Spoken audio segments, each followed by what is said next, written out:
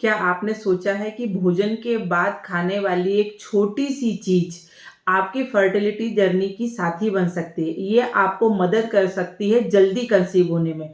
जी हाँ, मैं बात कर रही हूँ सौंफ के बारे में। सौंफ को आयुर्वेद में मिश्रिय कहते हैं।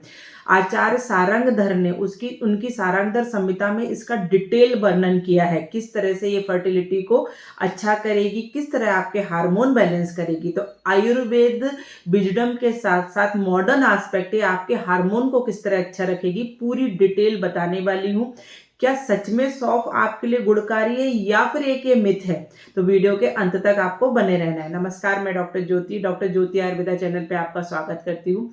इस चैनल पे हम मेल और फीमेल इनफर्टिलिटी की बातें, आयुर्वेदिक तरीके, योगा, दिनचर्या, औषधि, आहार क्या आप ले जिससे आप जल्द से जल्द नेचुरली तरीके से कंसीव कर सके without hormonal pill and without injection. तो चैनल आपके लिए उपयोगी साबित हो सकता है, तो चैनल को सब्सक्राइब करिए, वीडियो अच्छा लगेगा तो एंड लाइक एंड शेयर करिए। देखिए, आचार्य सारंगधर ने बताया है कि जो सौंफ है वो है मधुर रसात्मक, मधुर मतलब मीठी है टेस्ट में।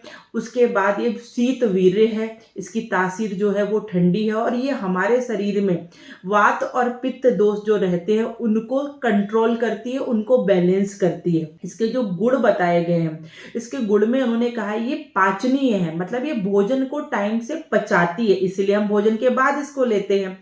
उसके बाद उन्होंने बताया ये जो है वो अग्निय है, मतलब दीपनीय है, ये आपकी जठर अग्नि को प्रदीप्त करती है। अगर किसी को भूख नहीं लग रही है तो उसको भूख लगने के लिए सौंफ काम करती है। दूसरी, ये वात शामक है, तो ये क्या करती है आपके शरीर में किसी भी तरह का कोई दर्द है, ऐंठन है तो उसको कम करती है। उसके साथ साथ ये जो है जो स्त्री है उसके लिए हितकारी है, क्योंकि ये हार्मोन बैलेंस कर रही है और ये टॉक्सिन्स को फ्लश आउट करती है हमारे सौंफ। ये तो इसके गुण धर्म हो गए। आचार्यों ने बताया है कि अगर आपके शरीर में वात प्रकोप बहुत ज़्यादा है जिसकी वजह से आपके शरीर में जो ऐंठन रहती है या पीरियड के ड्यूरिंग आपको पेन रहता है या ओवुलेशन के बाद आपको पेन रहता है जिसके वजह से वात प्रकोप होता है और आपका इम्प्लांटेशन नहीं हो पाता है, तो सौंफ वहाँ पे बहुत उपयोगी सिद्ध हो सकती है। दूसरा, उसके बाद जो सौंफ है वो आपके यूट्रस के जो यूट्रस है इसके एटमॉस्फेयर को हेल्दी करती है, क्योंकि ये यहाँ पे पित्त को कंट्रोल करती है। अगर किसी तरह का कोई इन्फ्लेमेशन है या कोई सूजन है तो ये उसको सौंफ कम करेगी और बच्चे को चिपकने के लिए फेवरेबल एटमॉस्फेयर देती है। तो सौंफ आप इम्प्लांटेशन के पहले और बाद दोनों में ले सकते हैं। उसके साथ साथ सौंफ क्या करती है, सौंफ आपके मेटाबॉलिक रेट को अच्छा करती है। तो मेटाबॉलिक रेट को अच्छा करती है तो ये बॉडी को डिटॉक्स करती है और आपके टॉक्सिन्स को नेचुरली फ्लश आउट करती है। उसके साथ साथ जो अब इसका मॉडर्न एस्पेक्ट समझते हैं, ये स्त्री हितकारी किस तरह से है, मतलब ये इसलिए हितकारी है क्योंकि सौंफ में जो हमारे फाइटोएस्ट्रोजेंस रहते हैं वो आपके हार्मोन लेवल को अच्छा करते हैं। वो आपके बच्चे के लिए एस्ट्रोजन जो चाहिए गद्दी को बनाने के लिए उसलिए बहुत ज़्यादा ज़रूरी है। उसके साथ अब सौंफ क्या करती है, सौंफ में एंटीऑक्सीडेंट गुण है, तो ये जो फ्री रेडिकल्स आपके ब्लड में घूम रहे होते हैं उनको कम करती है। एंटी स्प्लाज्मोडिक है, मतलब आपके शरीर में किसी तरह का दर्द है, ऐंठन है, लोअर एब्डोमेन में ब्लोटिंग हो जाती है, अधिकतर पेशेंट को मैंने देखा है आफ्टर ओवुलेशन पेट फूलता है, तो इन सब चीज़ों को कम करती है। तो सौंफ का सेवन आपको डेफिनेटली मदद कर सकता है जल्दी कंसीव करने में, क्योंकि ये आपके हर चीज पे काम कर रही है।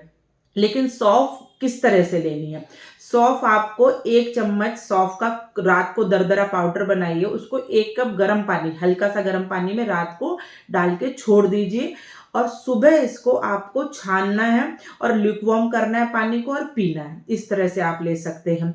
उसके साथ साथ आपको लेना है ये खाने के बाद आप मिश्री के साथ, धागे वाली जो मिश्री रहती है उसमें मिला के आप आधी आधी चम्मच ले सकते हैं।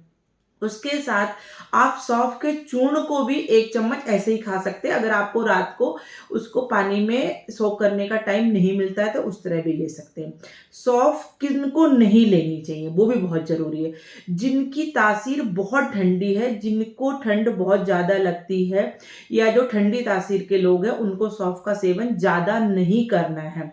उसके बाद जिन लोगों को ऐसा लगता है कि पीरियड जो है वो बहुत जल्दी-जल्दी आ जा रहा है, उनको भी सौंफ का सेवन ज़्यादा लंबे समय तक और ज़्यादा मात्रा में नहीं करना है। लेकिन एक चीज़ मैं सबसे पहले आपको यहाँ पे क्लियर करना चाहूँगी कि जो सौंफ है वो आहार द्रव्य है, ना कि औषधि है।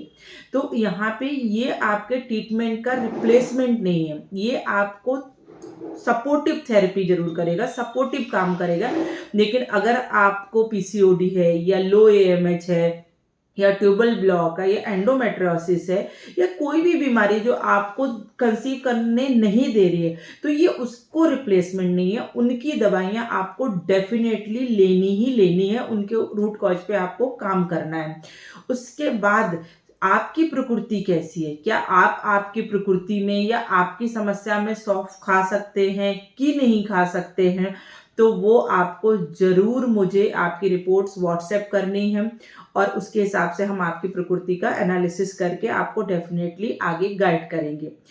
और सौंफ आप ले सकते हैं, ये मैंने आपको बता दिया है, लेकिन दवाइयों के साथ-साथ आपको सौंफ लेनी है। उसके बाद अब आप नेक्स्ट किस टॉपिक पे वीडियो चाह रहे हैं वो ज़रूर बताइए। मुझे लग रहा है सौंफ के बारे में आपको मैं सही जानकारी देने में सक्षम रही हूँ। तो वीडियो अच्छा लग रहा है तो आप वीडियो को लाइक करिए, शेयर करिए, चैनल को सब्सक्राइब करिए ताकि हम ज़्यादा से ज़्यादा लोगों तक पहुँच पाएँ।